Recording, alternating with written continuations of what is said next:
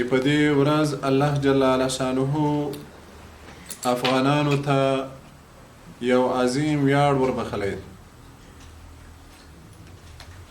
دا ویاړ فقط د طالب د ملا ویاړ نه ده، بلکې دا ویاړ مطلق د افغانانو تاجک دی که ازبک، پښتون دی که هزاره، د ټولو د لسم د خود یوه ویاړلې ورځ ده. د دې ویاړلې ورځ او د دې د افتخار نه د ډکې ورځې مبارکي مونږ خپل مظلوم ځورېدلي کړېدلي ولس ته وایو چې الله جل شانه مو دغه لوی افتخار په خپل دربار کې مبارک او قبول وګرځوه. قدرمنو وروڼو، د حوت لسمه هغه ورځ ده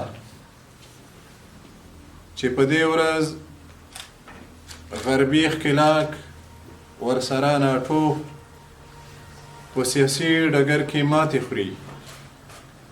دا چې شل کلنه دوره د افغانستان اسلامي امارت سرخیندونکو مجاهدینو په ډېرو سختو کې راتېره کړله.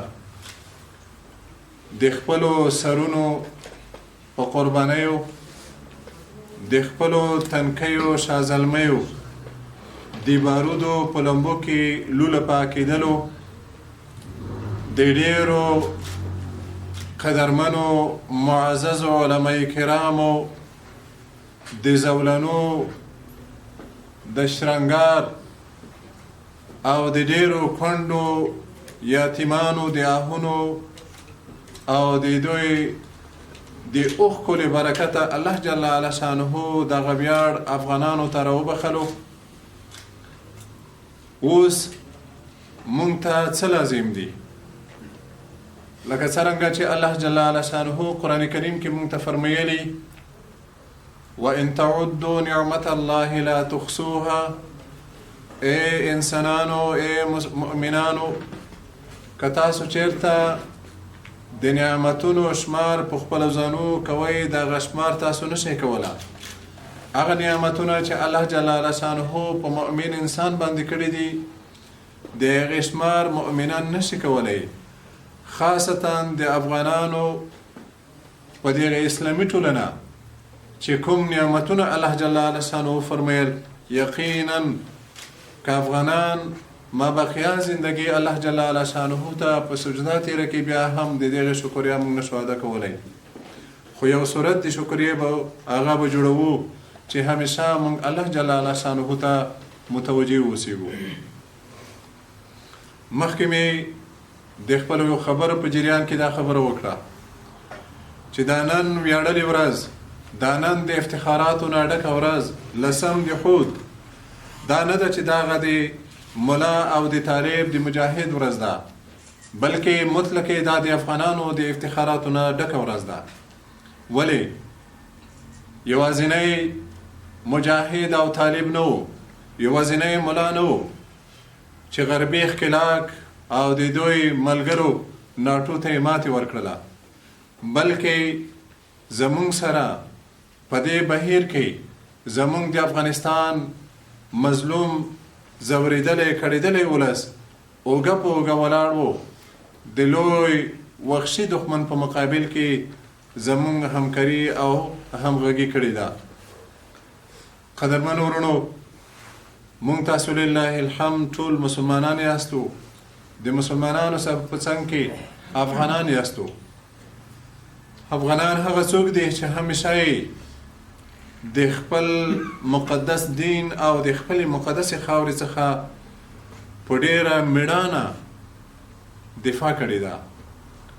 تاریخ دا ثابته کړې ده چې افغانان همیشه په خپل افغانستان کې په مظلومیت کې وي او ښکېلاکګر راغلي دي، ترهګر راغلي دي، د افغانانو په حریم یې تیری کړې ده، د افغانانو په دې مقدسه خاوره یې تجاوز کړی ده، د افغانانو په مقدساتو یې تجاوز کړی ده. خو لله الحمد افغانان هغه څوک دي چې همیشه یې خپل دښمن ته غاښ ماتونکي ګزارونه ورکړي دي. د خدای تعالی نه غواړو چې آینده نسل مو هم همدارنګه واوسیږي لکه څرنګه چې زمونږ نیکونه او د هغې نه بیا زمونږ پلرونه او موجوده زمونږ ولس او زمونږ نظام د هر ښکلاګر په مقابل کې په میړانه او په ډېر جرأت سره خپله وظیفه سرته رسولې ده. دوی ته یې غاښ ماتونکي ګزارونه ورکړي دي. آینده هم د الله نه غواړو چې دغه مقدسه خاوره موږ ته همداسې مطمئنه راوساتي. قدرمنو ورونو، دلته نن د افغانستان اسلامي امارت نظام هغه نظام پلی شوی ده چې د مسلمانانو د زړو د تل ارمان و. یقینا داسې مسلمانان چې هغوی په دارالهجرت کې نه وو، داسې مسلمانان چې هغه د تیر اداري نظام چې هغه یو د فساد ډک نظام و، په هغې کې وظیفه هم کړې ده، په هغې کې وجود هم درلودو، خو بیا هم د کفر په کړنو د هغه دښمنانو په کړنو دی رضا نه و. دا یقیني خبره ده. افغانان هغه څوک دي چې د خپل اسلام دپاره په زرګونو کلونه خدمت کړی ده، په هر شعبه کې، په هر دور کې، په هر نظام کې. داسې نظامونه د افغانستان په دغه مقدسه خاوره تیر شول. تقریبا 40 کاله کېږي چې دلته انقلابونه روان دي، خو لله الحمد د افغانانو په دریځ باندې انقلابونو کوم اثر نه دی کړی. هغه افغانان چې یقیني اسلامي او افغاني وجدان لري، ایمان لري، همیشه په هر دور کې د خپل ایمان اسلام د خپل مقدس خاورې خدمت کړی ده.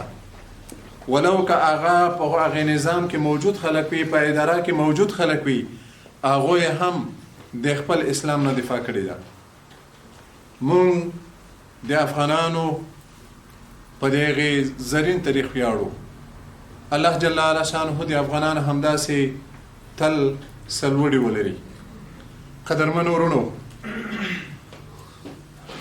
د حوت لسمه کله چې په قطر کې د ناټو ځواکونو نماینده چې هغې سره زمونږ قدرمن ملا صاحب ملا برادر اخوند لسلیق کوي، دا هغه ویاړ ده یقینا چې د ډېرو افغانانو له ډېرې خوښۍ نه د سترګو نه اوښکې تویږي. هغه افغان چې هغه یقیني مونږ ته رامعلوم و چې نه مجاهد و او نه ملا و نه طالب و، بلکې د افغان په صفت سره، د مسلمان په صفت سره دا د خپل وجدان و چې کله یې دغه لویه بریا لیدله بې اختیاره د سترګو اوښکې تویېدلې. خدای تعالی دا دغه ویاړ مونږ ته تر قیامته پورې راوبخي.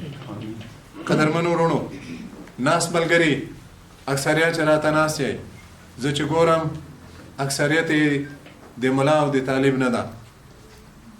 دا نظام دا ستاسو نظام ده، دا نظام د افغانانو نظام ده، دا نظام د ولس نظام ده. دا نظام به دا ولس چلوي، دا نظام به همدا زمونږ د ولس ځوانان د دوی په مټو به تر خپل مسیره، تر خپل هدف رسیږي. لله الحمد نظام مو خپل ولس ته د خدمت په پار ژمن ده. یقینا داسې نظام الله جل وعلا شانه را کړی ده که چېرته کې یقینا د حقیقت سترګې مونږ پټې نه کړو، د ولس هر وګړي ته مو نظام ژمن ده. دلته د افغانستان په ولس کې هغه کدرونه چې د کوم قشر نه وي خو یو قدري ظرفیت ولري، د دوی سره لله الحمد د قدر وړ دي او د امتیازاتو نه برخمن دي. که زه ووایم چې په دې لنډ وخت کې زمونږ د مکاتبو بعضې شاګردان، د پوهنتونونو بعضې شاګردان، د مسلکي او تخنیکي زده کړو بعضې شاګردان چې هغوی خپل کدرونه وښیل، خپل ظرفیتونه یې نظام ته وړاندې کړل، هغوی ډېر په لوړ قیمت راواخیستل. زمونږ د خوست ولایت بعضې ځوانان چې ماته رامعلوم دي، لله الحمد په لوړه کچه نن د افغانستان اسلامي امارت په دفاع وزارت کې په ډېرو لوړو چوکیو کار کوي.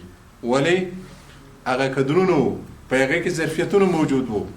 دلته دا خبره نشته چې فقط دغه نظام د ملا او د طالب نظام ده، نه، بلکې دا د افغانانو نظام ده. افغان چې هر څوک ده په دې نظام کې برخه لري، د دغه نظام یوه برخه دی تشکیلوي. قدرمن ورونو، دا چې دغه ورځ لکه فهیمي صاحب چې مهرباني وفرمایله ډېره یوه پرتمینه ورځ ده، باید موږ په ډېره پرتمینو غونډو دغه لمنځلې وه. خو بیا هم په دې حال هم شکر چې دومره یاد موږ د دغه ورځې وکړلو. یو څه کسان را جمع شول، په کار خو دا وه چې دلته نن دغه تلار د دغه تلار په لاس چنده خلک دلته موجود وه. خو البته دا به د بعضو ملګرو نیمګړتیاوي، د خدای نه غواړو چې آینده کې دغه نیمګړتیاوي چې په کومو ملګرو کې کیوي هغه نیمګړتیاوي حل کړي.